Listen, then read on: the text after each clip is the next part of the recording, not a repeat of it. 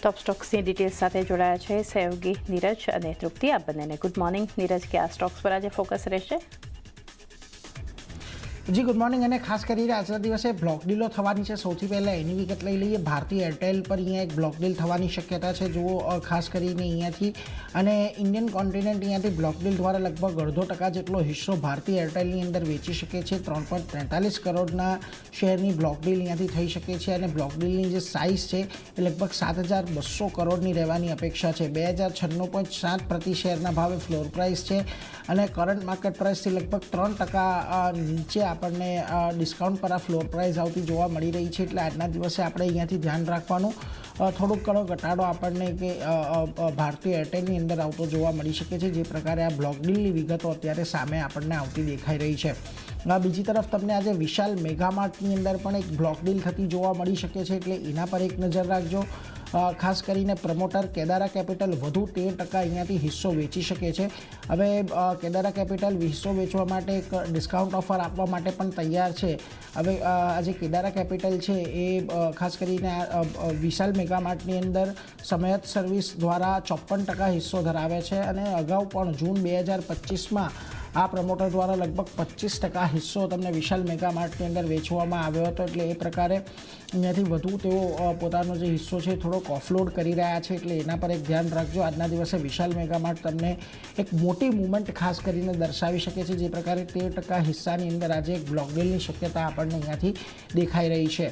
એટલે આ બધા પર તો નજર રાખીશું જ, પરંતુ ખાસ કરીને ઇન્ફોસિસ પર તમારે નજર રાખવાની છે. કારણ કે 18,000 કરોડનું જે બાયબેક છે એનો આજે છેલ્લો દિવસ આપણને જોવા મળી રહ્યો છે. એટલે હાલ સુધીની વાત કરીએ તો લગભગ 50.21 કરોડ શેર્સની બીડ અહીંયાથી આપણને મળતી દેખાય છે.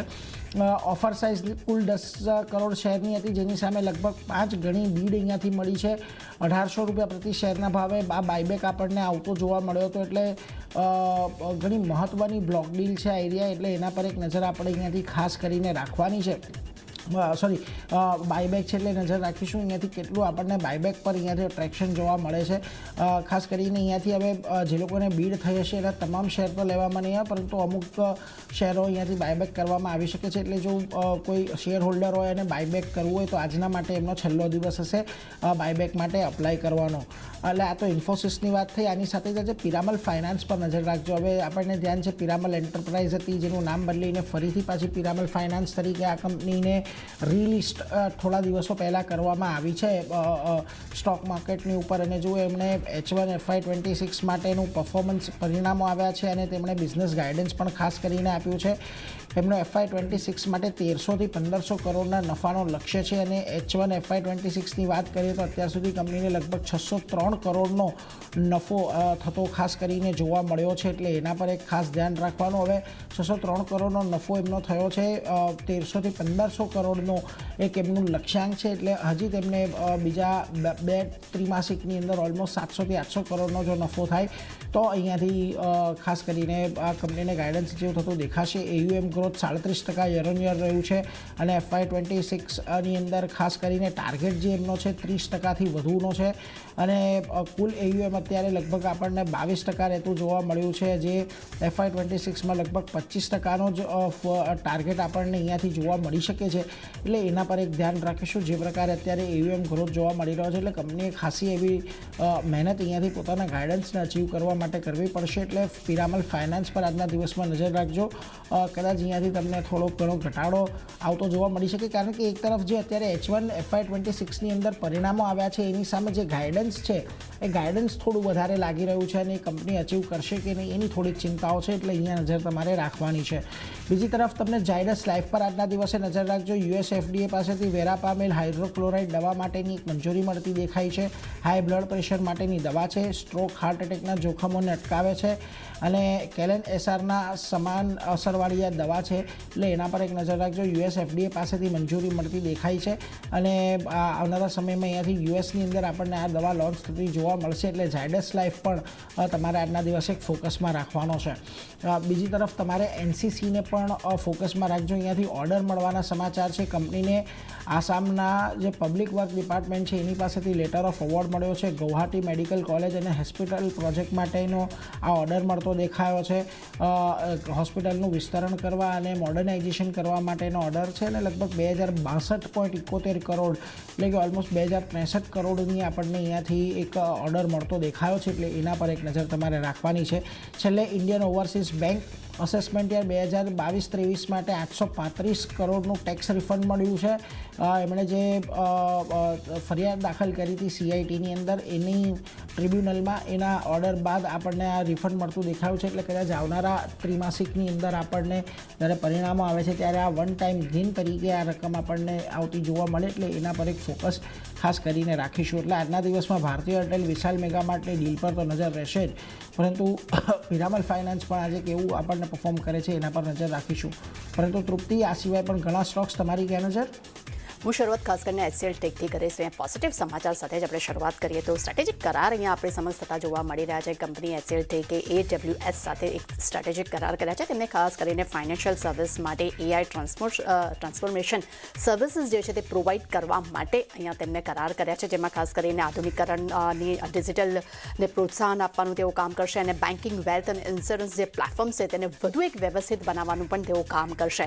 એટલે ખાસ કરીને HCL ટેક આજે આપણા રડારમાં જોવા મળી શકે છે. સારું પરફોર્મન્સ કદાચ આજના દિવસમાં જોવા મળી શકે. ત્યારબાદ નજર કરશું નેલ્કો પર. અહીંયા ખાસ કરીને કંપનીને ડિપાર્ટમેન્ટ ઓફ ટેલિકોમ્યુનિકેશન પાસેથી તેમને 10 વર્ષ માટે તેમને unified licence virtual network operations એટલે જે global mobile personal communication by satellite છે તેનું આ પૂરું એક લાયસન્સ જે છે તે કંપનીને મળ્યું છે.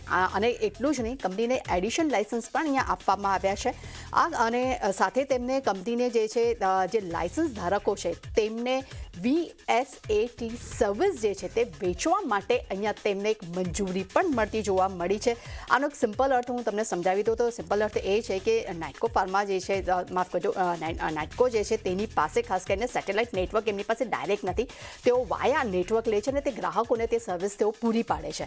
હવે આ જે તેમને સેટેલાઇટ માટે તેમને જે મંજૂરી મળી છે એટલે તેઓ ખાસ કરીને કોર્પોરેટ છે કે ડિફેન્સ છે, એન્ટરપ્રાઇઝીસ, કન્ઝ્યુમર જે છે તેમના જે ગ્રાહકો છે તેમના બધી સર્વિસ તેઓ પૂરી પાડશે. અને તેમને જે વધારાની જે મંજૂરી મળી છે જેને કારણે કરીને કંપનીની જે આ ટેલિકોમ્યુનિકેશનમાં તેમનું જે વિસ્તરણ જે છે તેમની હાજરી અહીંયા એક વધુ અહીંયા વધતી જોવા મળી શકે છે. એટલે આ કારણ એમ કહી શકાય કે કંપની માટે ખૂબ જ એક પોઝિટિવ સમાચાર આપણી સમક્ષ અહીંયા આવતા જોવા મળી રહ્યા છે.